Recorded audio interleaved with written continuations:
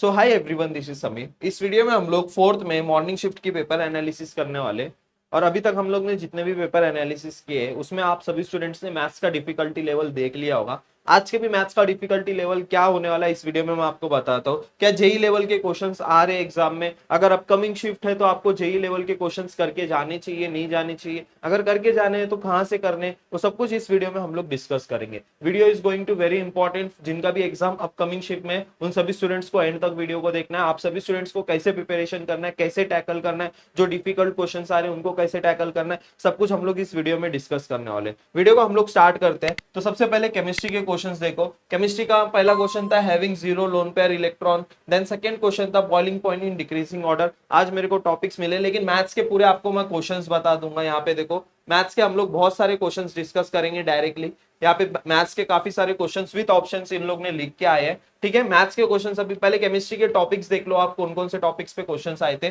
जैसे कल भी ये सेम क्वेश्चन आया था, boiling point in decreasing order, Stephen's reaction. हर एक पेपर में हर एक अलग अलग डिफरेंट नेम रिएक्शन आ ही रहा है, इसलिए मैंने बोला था कि सारे नेम रिएक्शंस अच्छे से करके जाओ। मैक्सिमम ऑक्सीडेशन नंबर कौन से कंपाउंड में है वो आपको फाइंड करना था। डेंसिटी के ऊपर क्वेश्चन आया। बीसीसी स्ट्रक्चर में आपको रेडियस फाइंड करने के ऊपर क्वेश्चन आया था।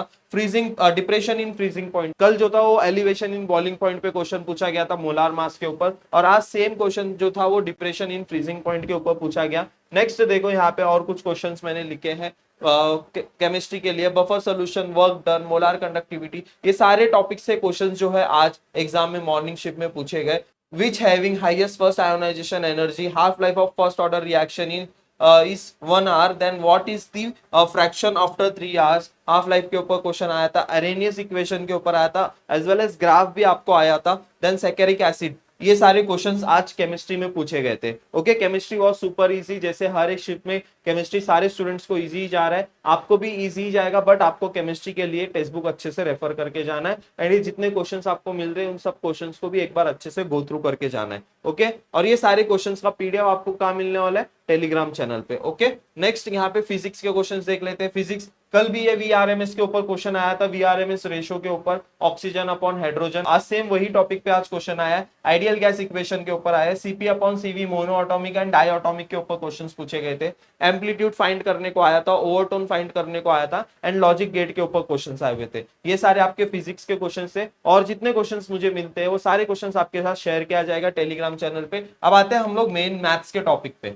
मैथ्स के कुछ क्वेश्चंस मेरे को मिले हैं। ठीक है, ये अगर कोई क्वेश्चन में कुछ भी मॉडिफिकेशन है तो आप कमेंट सेक्शन में कमेंट करना, क्योंकि वो हैंडराइटिंग उतनी अच्छी नहीं थी। जितना मेरे को समझा वो क्वेश्चंस मैंने यहाँ पे लिखे हैं। वॉल्यूम ऑफ पैरेललोपाइप्ड, यहाँ पे तीनों इक्वेशन दी गई थी। शायद से आपको यहाँ पे ए की वैल्यू फाइंड करनी थी, और यहाँ पे आपको वॉल्यूम ऑफ पैरेललोपाइप की कुछ तो वैल्यू गिवन थी, बट क्वेश्चन में उसने नहीं लिखा, इसलिए मैं अगर आपको पता है, अगर आप मॉर्निंग शिफ्ट के स्टूडेंट्स हो तो कमेंट सेक्शन में कमेंट करो। क्वेश्चन नंबर 2 आपको log to the base E pi plus x log to the base E plus x, ऐसा एक क्वेश्चन आया हुआ था। ये क्वेश्चन में थोड़ा सा मुझे डाउट है। ये क्वेश्चन अगर किसी को प्रॉपर तरीके से याद है कमेंट सेक्शन में कमेंट करो। ठीक है, if P and negation of Q and P and R implies negation of P और क्यू, आंसर जो देगा वो आपका फॉल्स रहेगा। देन पी क्यू आर क्या है? आप सभी स्टूडेंट्स को यहाँ पे ऑप्शन भी दिए गए। ठीक है, पी क्यू एंड आर क्या है वो आपको यहाँ पे फाइंड करना था। नेक्स्ट क्वेश्चन भी जो था वो लॉजिक गेट पे ही आया था। ये एक्सप्रेशन जो है वो किसके इक्विवेलेंट है आपको फाइंड करना था। यहाँ पे चारों ऑप्शंस मैंने दिए हुए हैं।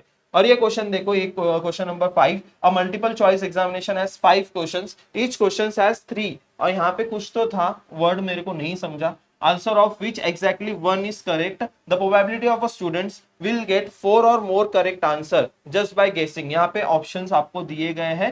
यहाँ पे ये सब 13 अपॉन 3/5, 10 अपॉन 3/5, 17 अपॉन 3/5, सारे डिनोमिनेटर में 3/5 है। ओके, नेक्स्ट क्वेश्चन अभी देखते हैं हम लोग। ये क्वेश्चन आया गया था डेरिवेटिव में से 18f of x plus 6f 1 by x is equals to x plus 5 is equals to y is equals to x square f of x था। then find the dy by dx आपको find करना था, और x की value -1 रखनी थी। और यहाँ पे चारों ऑप्शंस मैंने दिए हुए। लिमिट का एक क्वेश्चन नहीं आया हुआ था, यहाँ पे चारों इसके ऑप्शन भी दिए। इसका आप स्क्रीनशॉट लेके सॉल्व करके प्रैक्टिस करके देखो क्या आंसर आता है।